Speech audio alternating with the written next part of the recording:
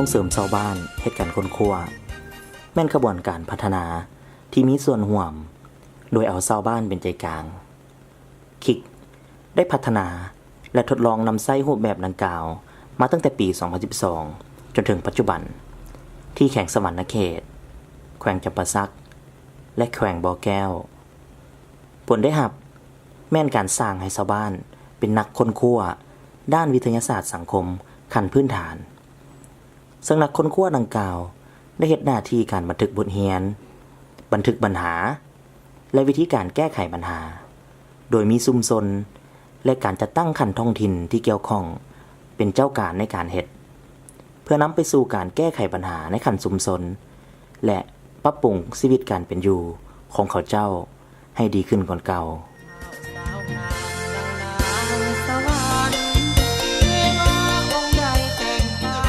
กับ2บทที่ว่าทั้งการในน้ำพายการที่คนขวเนาะของศูนย์สวัสดิการคนขวเนาะใน2บทคือ1ก็เป็นการหาปลาเนาะ2ก็เวียกเฮ็ดการทำแล้วก็ในการหาปลาของพวกเขานี่ถือว่าเฮาฮู้อะไรว่าปลาที่เขาเอาสีบที่เขาเคยหามาแต่ก่อนนี่ถือว่ามันบ่ตอบสนองกับเฮาแล้วเดี๋ยวนี้ถ้าเฮาบ่มีบทนี้เนาะบ่มีบทการคนขวนี้ก็แสดงว่าเฮาบ่ฮู้ถึงเหตุผลของมันอีหยังหมู่ตัวเลขตัวพา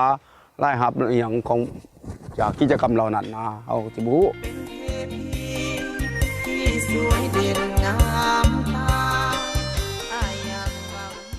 แล้วเฮาสิได้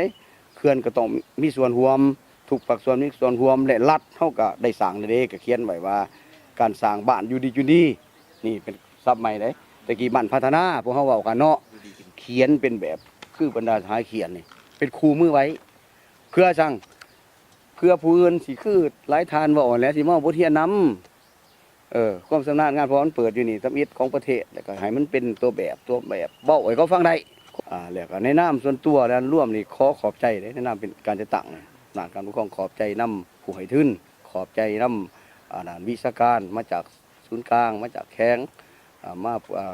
ทูตต่างๆที่มาให้ทุนพวกเฮานี่นะและกับบรรดาทานในโครงการเจ้าของโครงการนี้ที่ได้ร่วมนี่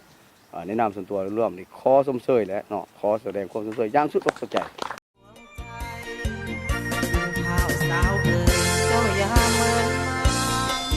กระบวนการค้นคว้าแบบชาวบ้านประกอบมี6บาท9ดังต่อไปนี้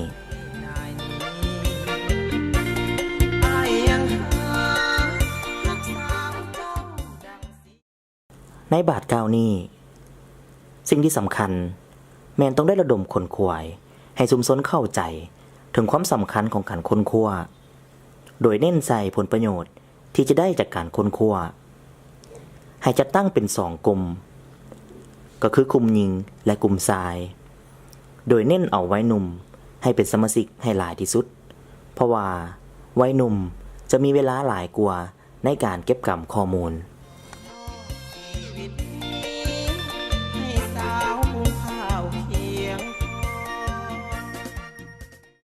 ในการกำหนดหัวข้อแม่นให้กลุ่มคนคว้าแต้มรูปสภาพการดำรงชีวิตในปัจจุบันเช่นเวียกเฮ็ดงานทำการสร้างรายรับด้านฮิตของประเพณีกิจกรรมที่ติดพันกับสิ่งแวดล้อมธรรมชาติและอื่นๆหลังจากสำเร็จการแต้มรูปแม่นให้กลุ่มคัดเลือกเอา3กิจกรรมที่สำคัญที่สุดสำหรับเขาเจ้าหลังจากการคัดเลือกแล้วให้เอา1หัวข้อจาก3หัวข้อโดยการผ่านการลงคะแนนของสมาชิกแต่ละคนเมื่อได้หัวข้อที่จะค้นคว้าเป็นเอกภาพกันแล้วจึงนำเอามาสร้างแผนโดยกำหนดวันเวลาใส่ว่าจะเฮ็ดให้สำเร็จเช่นว่าจะเก็บกำข้อมูลให้แล้วมื้อใดจะกวดแก้มื้อใดและจะเผยแพร่บทการค้นคว้ามื้อใดเมื่อมีแผนแล้วแม่นให้สร้างแบบฟอร์มการเก็บกำข้อมูลโดยกำหนดโครงสร้างของบทและคำถามโดยละเอียดซึ่งอิงใส่จุดพิเศษของหัวข้อในการค้นคว้าที่กำหนดได้โดยส่วนใหญ่มักจะมีโครงสร้างของบทดังนี้ 1. ความเป็นมา 2. ความสำคัญ 3. เนื้อใน 4. ปัญหาและ 5. วิธีแก้ไข ข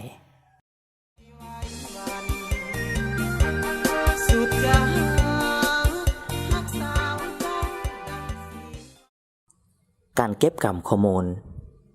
แม่นกลุ่มนักค้นคว้าเป็นผู้เก็บอิงใส่เวลาว่างของนักค้นคว้าที่เขาเจ้าเป็นผู้กำหนดวันเวลาเองกลุ่มสามารถมอบหมายความรับผิดชอบให้กับสมาชิก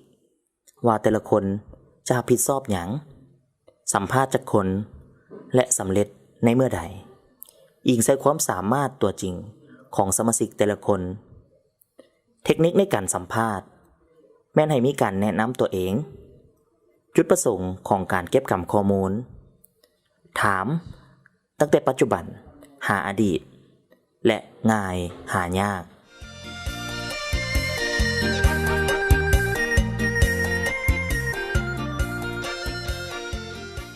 ขั้นตอนนี้แม่นให้เอาแบบฟอร์มที่เก็บข้อมูลสำเร็จแล้วมาโฮมเนื้อในเข้ากันถ้ามีเนื้อในใดที่ใหม่แม่นให้เติมเข้ากันอันใดที่ขัดแย้งแม่นให้สนทนาหาทางออกระหว่างสมาชิกของกลุ่มถ้าตกลงกันบ่ได้แม่นให้มีการลงคะแนนเสียงเพื่อหาทางออกการสังรวมแม่นอิงใส่โค้งห่างของบทที่กำหนดในบาท9ที่2ภายหลังได้ห่างบทรายงานที่สมาชิกในกลุ่มได้เป็นเอกภาพกันแล้วจึงนำเอาบทรายงานดังกล่าวไปกวดแก้โดยให้จัดกองประชุมร่วมกับภาคส่วนที่เกี่ยวข้องในขันท้องถิ่น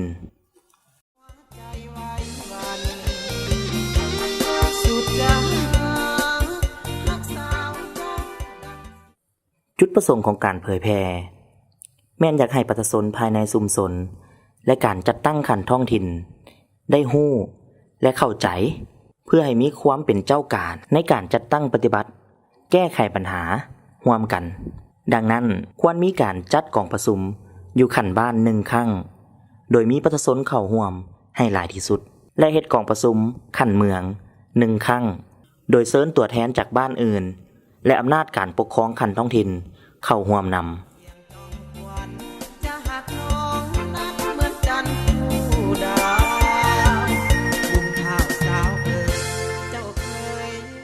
กิจกรรมนี้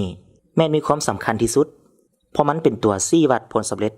ของรูปแบบการส่งเสริมชาวบ้านเฮ็ดการค้นคว้านี้ภายหลังสำเร็จการจัดกองประชุมเผยแพร่ผลได้รับแล้ว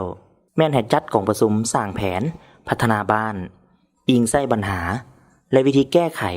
ที่กำหนดขึ้นในบทค้นคว้าของชาวบ้านกองประชุมดังกล่าวแม่นให้สร้างแผนละเอียดแบบมีส่วนร่วมกับอำนาจการปกครองบ้านและภาคส่วนที่เกี่ยวข้องเข้าร่วมแผนประกอบด้วย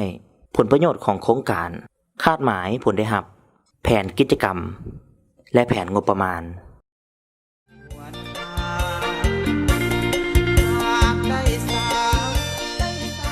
รูปแบบการส่งเสริมชาวบ้านเฮ็ดการค้นคว้า